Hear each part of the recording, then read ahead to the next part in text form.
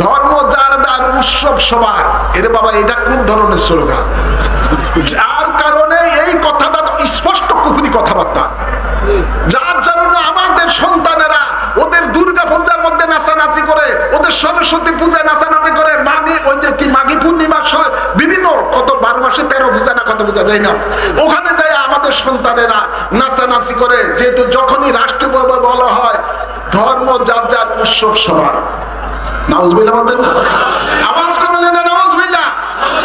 মনে রাখবেন, কোন মুসলমানের সন্তান কোন কুফরি কাজের মধ্যে, শিরকের কাজের মধ্যে যদি অংশগ্রহণ করে, ইসলাম বলতেছে আরে দাও কুফরুন কুফরিন, কুফরি কাজে রাজি থাকাও কুফরি। কেউ যদি ওদের অনুষ্ঠানের মধ্যে নাচানাচি করে, অংশগ্রহণ করে, সাথে সাথে সে কাফের হয়ে যাবে।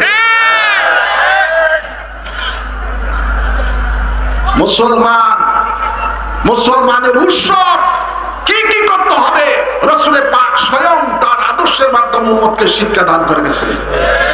ঠিক না বেটি? জোরে বলেন। মুসলমানের সন্তান, আমাদের কথা হলো ধর্ম যার যার, উৎসব তার তার। উৎসব, জোরে বলেন না উৎসব।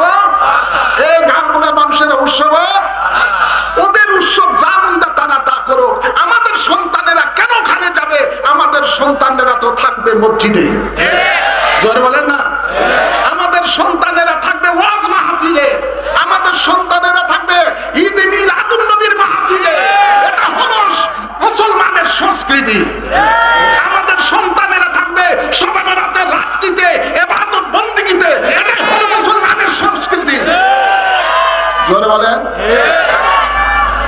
মুসলমান মুসলমানের জন্য রং ধরবে, মুসলমান অন্য ধর্মের রং ধরতে পারে না।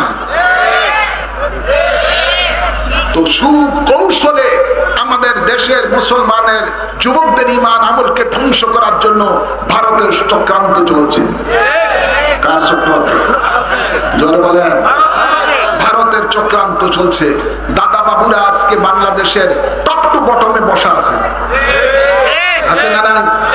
মন্ত্রণালয় দেখেন, অধিকাংশই দাদা বাবুরা সেখানে বসা আছে, বড় বড় সচিব পদের মধ্যে। আছে না? নাই?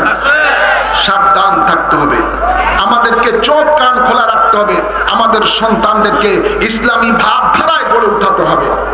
আল্লাহ বলেন কু আনফুসাকুম ওয়া আহলিকুম নারা, তুমি নিজে জাহান্নামের আগুন থেকে বাঁচো, তোমার পরিবারকেও জাহান্নামের আগুন থেকে বাঁচাও। আপনি ইবাদত করছেন, নামাজ পড়ছেন, আপনার সন্তানকেও নামাজি বানান, মসজিদে নিয়ে আসেন। দরকার আছে না নাই? আপনার সন্তানকে রাসূলের পাকের জীবনী পড়ান, সাহাবায়ে কেরামের জীবনী পড়ান, গাউসে পাকের জীবনী পড়ান, খাজা গরিবে নওয়াজের জীবনী পড়ান, বাহাউদ্দিন নকশবন্দি মুজাদ্দিদ আলফে সানির জীবনী পড়ান। আপনার সন্তানকে ইমাম আবু হানিফা রাহমাতুল্লাহ আলাইহির জীবনী পড়ান, হযরত বাবা শাহজালালের জীবনী পড়ান। দরকার আছে না নাই? তাহলে এই সন্তান আর বিপদগামী হবে না। আল্লাহ কবুল করুন।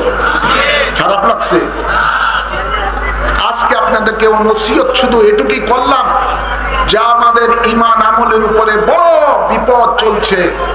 এগুলোর মধ্যে আমাদেরকে সকলকে চোখ কান খোলা রাখতে হবে। আল্লাহ বাংলাদেশের মুসলমানের ঈমান আমলকে হেফাজত করুন।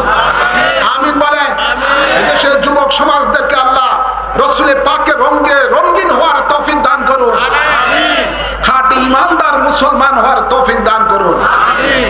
ইসলামের রঙে রঙিন হওয়ার তৌফিক দান করুন। আমিন বলেন।